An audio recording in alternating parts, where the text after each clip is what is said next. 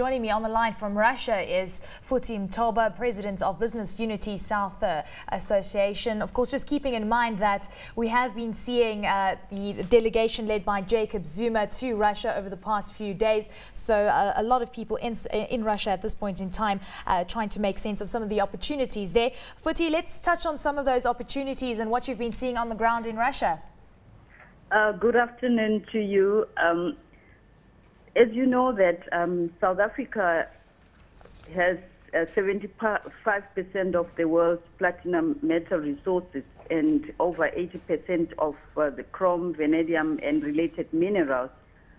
On the other hand, Russia is a world leader in minerals such as nickel and other minerals of strategic nature. So what we've seen here is the South African business delegation and the Russian business delegation exchanging views on how they can work together in order to build and increase the trade between the two countries. Well, Futi, let's just touch on one of the most recent contracts that have been signed, or at least some of the important synergies that are going to be emerging between Russia and South Africa. Russia is to provide South African nuclear power stations with uranium till at least 2017. Of course, there is a lot of synergies when it comes to the resource space, but of course, we've also got to take a look at some of the other opportunities that have arisen. Tell us a little bit more about this contract. Yes, we have had the chairman of Eskom and the chief executive of Eskom here also in order to sign those contracts. And more importantly, in this delegation, we also had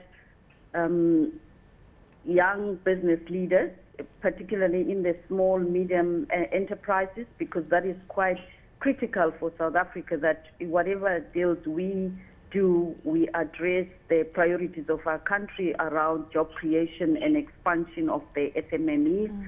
So there was a lot of discussion around opportunities in manufacturing because those are the sectors which will create the jobs. And then also important in the energy, we had energy companies that we're also looking for opportunities, particularly around transfer of technology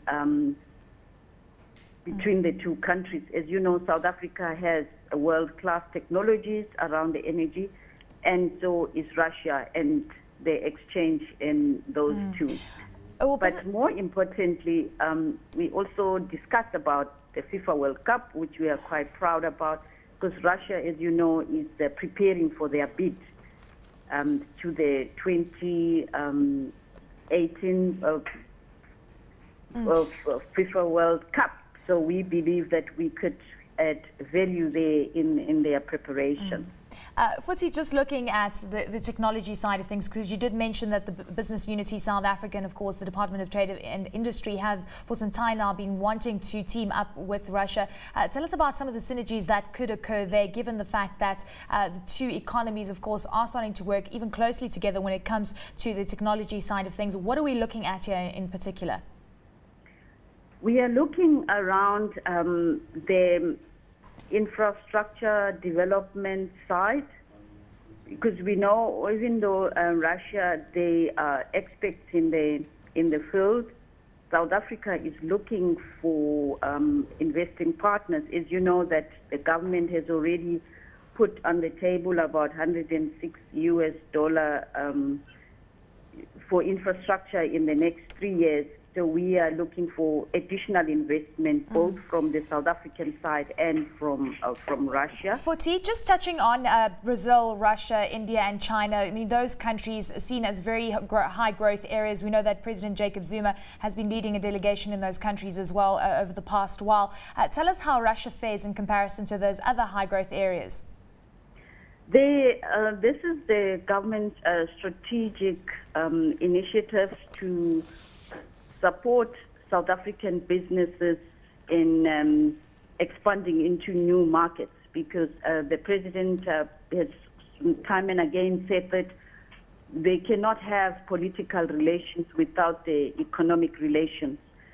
Therefore, Russia then becomes a key partner based on the fact that we also have historic relations with South Africa.